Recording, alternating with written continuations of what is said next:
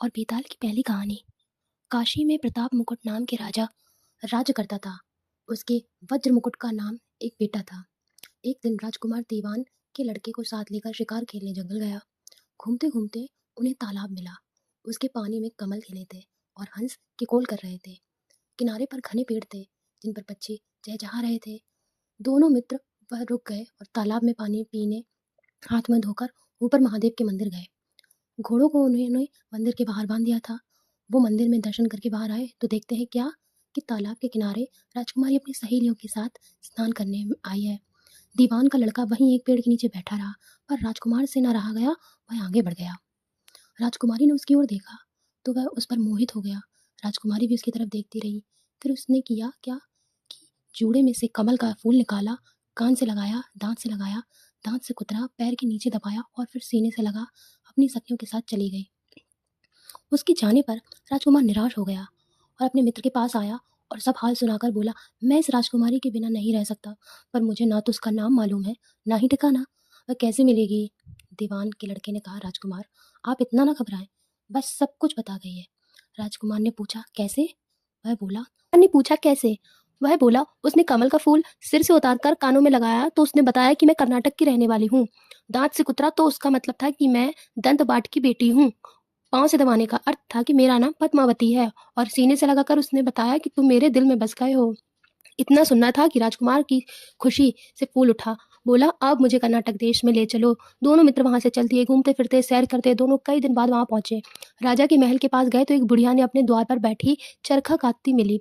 उसके पास जाकर दोनों घोड़े से उतरे और बोले, माई हम सौदागर हैं, हमारा सामान पीछे आ रहा है, हमें रहने की थोड़ी जगह दे दोगी?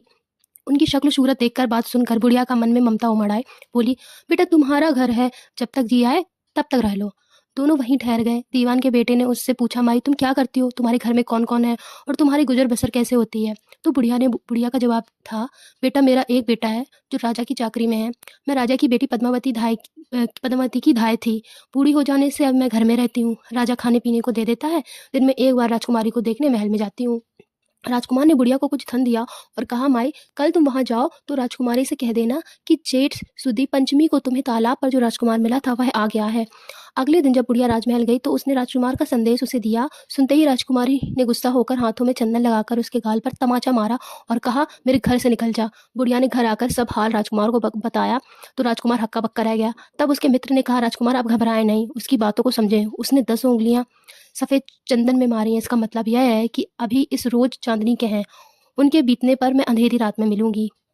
10 दिन बाद बुढ़िया ने फिर राजकुमार को खबर दी तो इस बार उसने केसर के रंग में 3 उंगलियां डुबोकर उसके मुंह पर मारी और कहा, भाग यहाँ से। बुढ़िया ने जाकर सारी बात राजकुमार को सुना दी तो शोक से व्याकुल हो उठा। दीवान के लड़के ने कहा कि इसमें हैरान होने की क्या बात है? उसने कहा है कि मुझे मासिक धर्म हो रहा है, 3 दिन और ठहरो।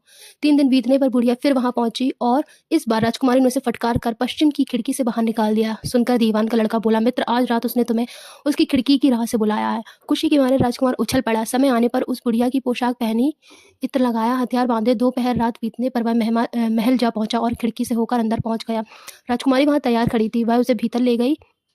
अंदर के हाल देखकर राजकुमार की आंखें खुल गईं। एक से एक बढ़कर चीजें थी। रात भर राजकुमार राजकुमारी के साथ रहा। जैसे ही दिन निकलने को आया कि राजकुमारी ने राजकुमार को छिपा दिया और रात होने पर फिर बाहर निकाल लिया। इस तरह कई दिन बीत गए। अचानक एक दिन राजकुमार को अपने मित्र की याद आई। उसे चिंता हुई कि पता नहीं उसका क्या हुआ होगा। उदास देखकर राजकुमारी ने कारण पूछा तो उसने बता दिया। बोला, वह मेरा मित्र, वह बड़ा प्यारा दोस्त है, बड़ा चतुर है, उसकी होशियारी से तो तुम मुझे मिल पाई हो। राजकुमारी ने कहा, मैं उसके लिए बढ़िया बढ़िया भोजन बनाती हूँ, तुम उसे खिलाकर तसल्ली देकर लौट आना। खाना साथ में लेकर राजकुमार अपने मित्र के पास पहुंचा। वह महीने भर से मिले नहीं थे।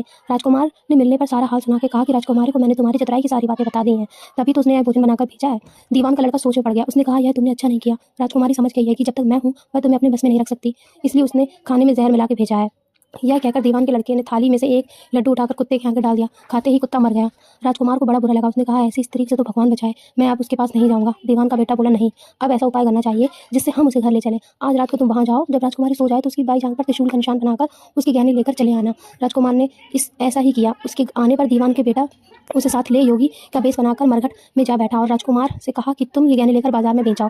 अगर कोई पकड़े तो कह देना कि मेरे गुरु के पास चलो और उसे यहाँ ले आना मरघट पर।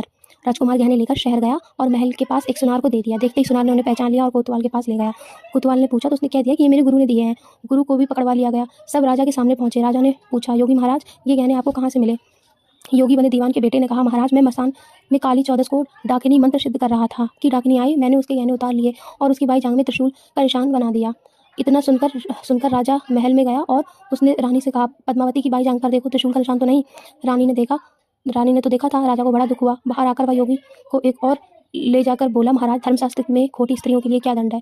योगी ने जवाब दिया, राजन, ब्राह्मण, गऊ, स्त्री, लड़का और अपने आश्रय में रहने वाले से कोई खोटा काम हो जाए तो उसे देश निकाला दे देना चाहिए। यह सुनकर राजा ने पद्मावती को डोली में बिठवाकर जंगल छुड़वा दिया। राजकुमार और दीवान का बेटा तो ताक में बैठे ही थे। राजकुमारी को अकेली पाकर साथ में ले अपने घर नगर लौट आए और आनंद से रहने लगे। इतनी बात सुनकर बेताल बोला, राजन, बताओ कि आप किसको पाप लगाया? राजा विक्रम ने कहा, पाप तो राजा को लगाया। दीवान के बेटे ने अपने स्वामी का काम किया, कोतवाल ने राजा का कहना माना और राजकुमार ने अपने मनोरथ सिद्ध किया। राजा ने पाप किया जो बिना विचार किए उसे देश निकाल दे दिया। राजा विक्रम का इतना कहना था कि बेताल फिर उसी पेड़ पर जा लटका और राजा विक्रम को वापस गया और बेताल लेकर चल दिया। बेताल बोला, राजन सुनो, एक कहानी और सुनाता हूँ। राजा विक्रम और बेताल की दूसरी कहानी अगले पार्ट पे।